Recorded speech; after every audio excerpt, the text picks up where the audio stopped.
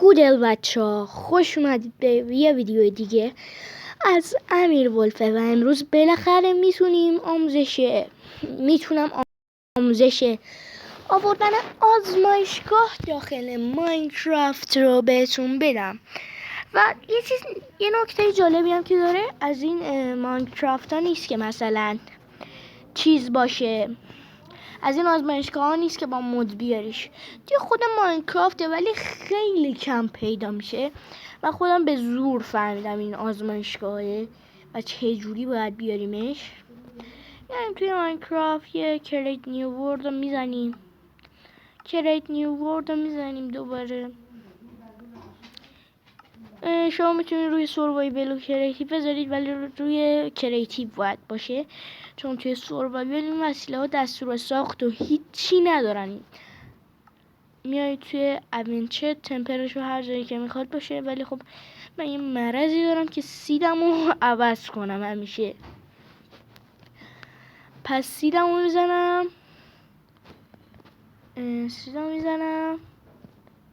ملیسا.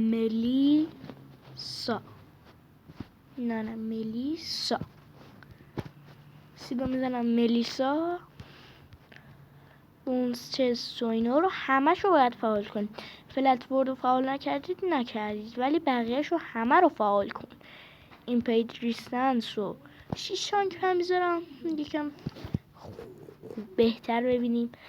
اینم من چون یکم خوبه ایونتید پلیر میذارم و نمیذارم همه اپراتورن. فرندلی فایر و وی پی ان اینا رو کاری نداریم. میایم توی قسمت چست چیتو آن میکنیم.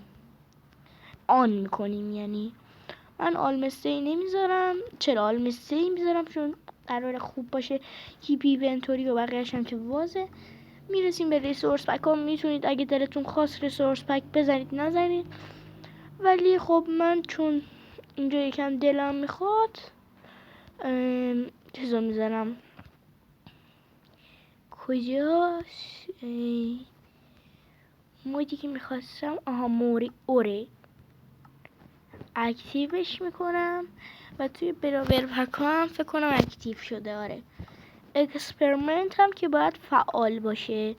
اینو میزنیم این و تک تک میریم به پایین. این فعاله. این تمام. کریتس آن گولم سرور. ما هنوز سرور نمیخوایم بزنیم. یه سرور زدیم، حالا نمیدونم قرار به کجا برسه، ولی اگه به جای خوبی رسید که براتون ویدیو میذاریم ازش، ولی هنوز کسی پیشنهاد نداده که بریم توی سرور بازی کنیم. خیلی خوب، کریپرز باس میشه. خیلی خوب، اینا مال چیزای ریسورس پک و اینا بود. بریم توی بازی. خیلی خوب، ساب میکنیم بیلدینگ ترین چه. بیلدینگ ترینش گرفت بچه. گفتم من بیلدینگ ترین رو رد کنم که سریع دیگه رفت رو لودینگ و اینجور چیزا. Let's go. ببین اسم ملیسا رو که زدم کجا ما رو اسپان کرد. لامصب چیزا رو کاری نداریم. و الان میبینیم که برام یه لحظه بچه بذارید من اینو بذارم بالا. میبینیم برامون اینا مال موریوره. اینا اون کار نبود. اینا مال موریوره بچه ها. اینا براتون نمیاد ولی اینا براتون میاد. اینا مال اونی که همش فعال کردیمه که یه همچین چیزیه ایناش. و این بالا هم که توی آجورا هستیم اون سورای جدول مندلیوم میاد که حالا مثلا من TS و اکسیژن رو برمیدارم. اکسیژن و بریم یه جایی تستش کنیم. تک تک میزنیم. این که مثلا میتونید روش عملای فردی و چندی انجام بدین که میبینید نتیجهش یه همچین چیزی میشه که توی بازی اصلا پیدا نمیشه. گرابگی یعنی چی؟ توی بازی نیست گرابگی بچه ها. و مرتیال رنسنس که چیزا رو توی هم ذوب میکنه و باید یه چیزی مثل همین گرابگی نه یه چیزی مثل زغال اون بالا بذاریم. حالا مثلا من خود زغال رو میذارم کول. بالا نمیشه چرا؟ و برامون عنصر میسازه، مثلا عنصرهای توی کول رو بهمون میده، یعنی کاملا اگه مثلا عنصرهایی که توی یه چیزی و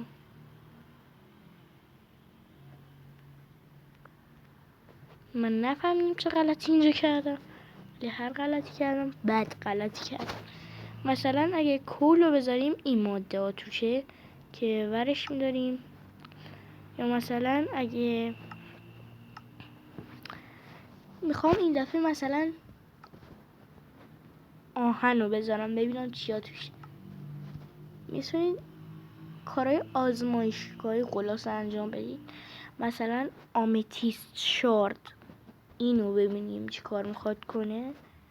آمتیست شارد رو کلا نمیشه گذاشت، فکر کنم فقط اورای جدول مندلیوم رو میشه گذاشت که طلا و مس رو من برمیدارم، آهنی بر نمیدارم، طلا او گل توشه چی بود؟ این 31 رو بده این ور دیگه.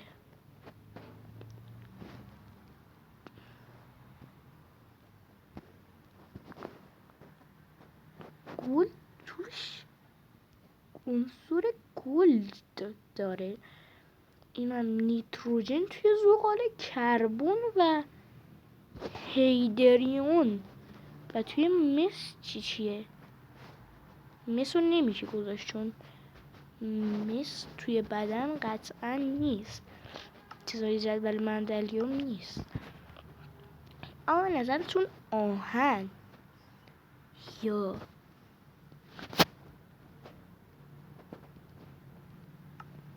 کول سوخته میشه؟ آیرون توش آیرون داره، خب دیگه سوال نداره، آیرون توش آیرونه.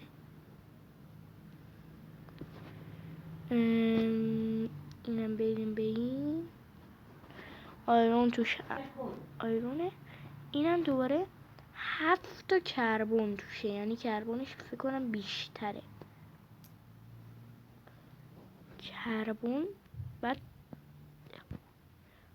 هیدروژنش 4 تاست، یه دونه اکسیژن داره. اکسیژن پرین چیه؟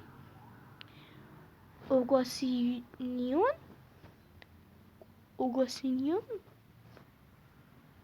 اوگانسیژن، اما این اکسیژنه. پس کل سوخته تو خودش اکسیژن، 7 تا کربن، یه دونه اکسیژن و 4 تا هایمبرین نگه میداره. بچه من این چیزا رو نمیدونستم از این مرتال جینز یا توی این عنصرا رو میذاریم.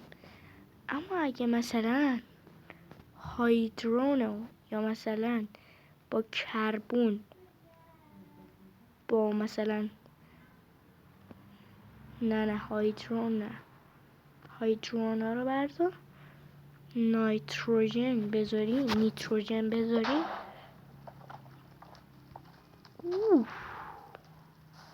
اینا باعث سوختن میشن، یعنی یه مواد منفجره رو دارن که میسوزونن. باحال شد، جالب شد. پا بگو چجوری کل میسوزه؟ خب به این ربط داره. اما اگه زیر میکروسکوپ یه طلا مثل نمیشه، طلا رو نمیشه، فقط عنصرها رو میشه. اگه مثلا اینقدر کنی، چه عنصری اینقدر چیز داره؟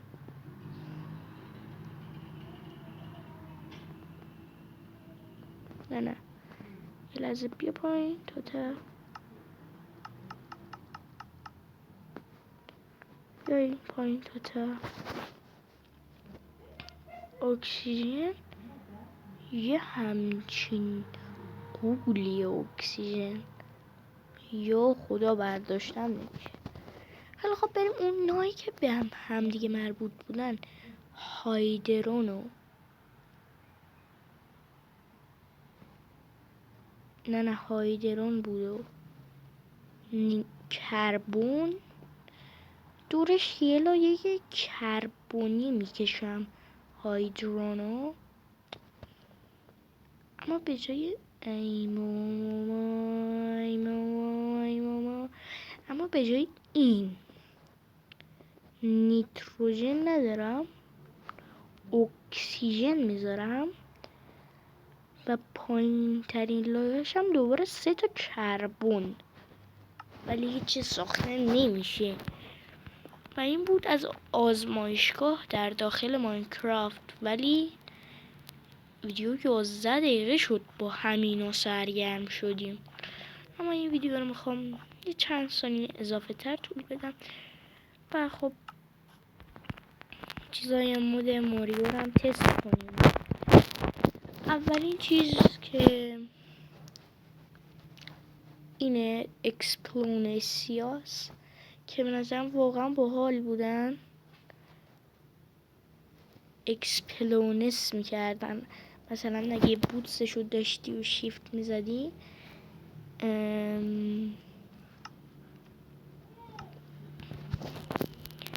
کلا یه همچین چیزی بود که باحال بود برای من.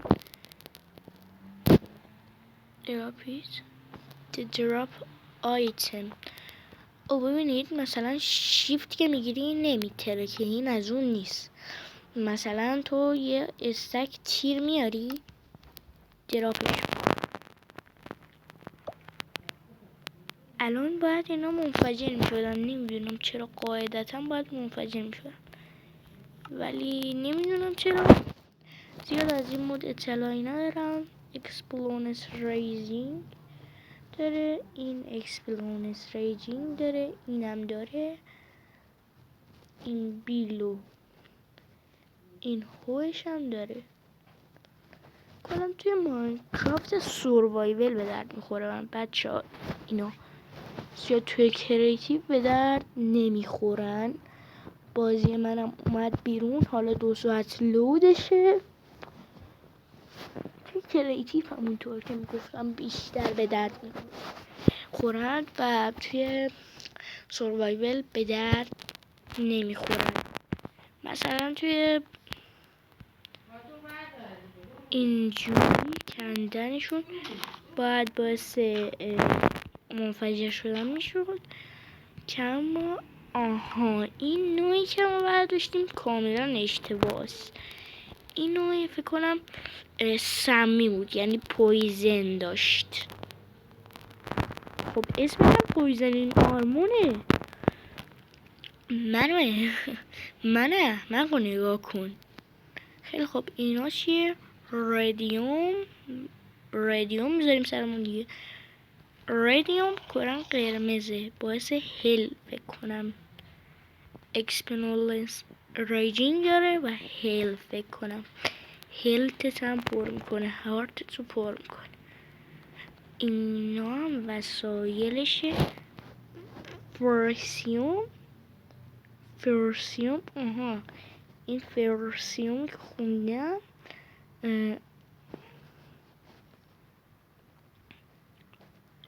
میتونه با این آرموره باشه، ولی خب چون فرسیوم هیچی نداریم آرمور باشه، فرسیوم آرمور نداریم.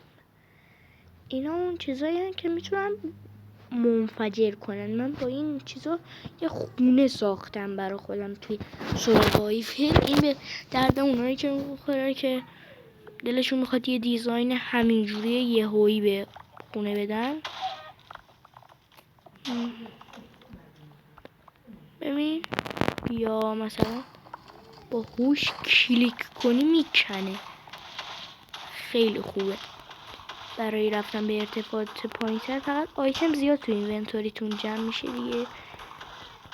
برای رفتن پایین با هوش خیلی راحت میتونید کلیک کنید و برای بالا رفتنم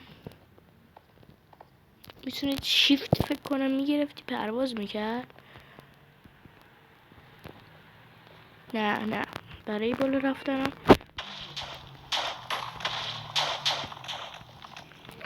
بالا رفتنم باید همین کارو میکردید که من دارم میکنم. به ارتفاعی که میخواهید میرفتید، یکم میرفتید بالاتر از اون جایی که هستید، نزدیکای زمین تقریبا. خیلی خوب ریدم ولی اشکالی نداره. منزیر کلن متلاشی شد و از اینجا فکر کنم میتونستید برید. نگاه کن رسیدم به کجا.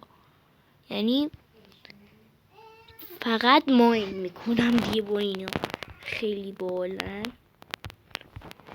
یه دونه اینجا میزنی فکر کن میتره که بری بالا. بعد همینجوری این به درد بالا رفتن از یه ارتفاعی داره که بغلش یه چیزی باشه. مثلا اگه میخوای از این درخت بالا بری میتونی اینجوری بالا بری.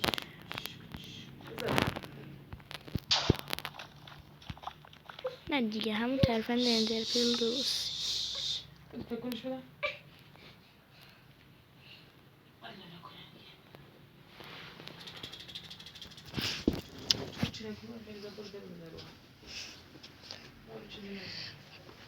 بله همون ترفند اندرپل درسته که میگفتیم. باید یه اندرپل بندازی بالا و زیر پات یه بلاک بذاری. به این صدا هم دقت نکنید.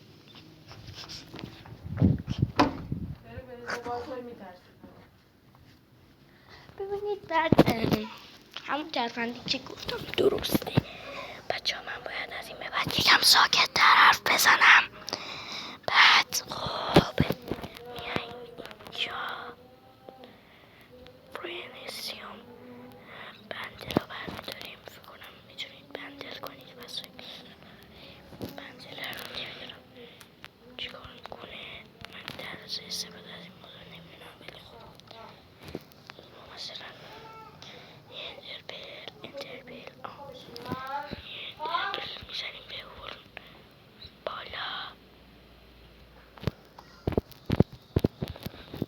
باید سیر تا اون انترپل میرسه به اونجا که تا میرسید به اونجا بزیرسون بلاک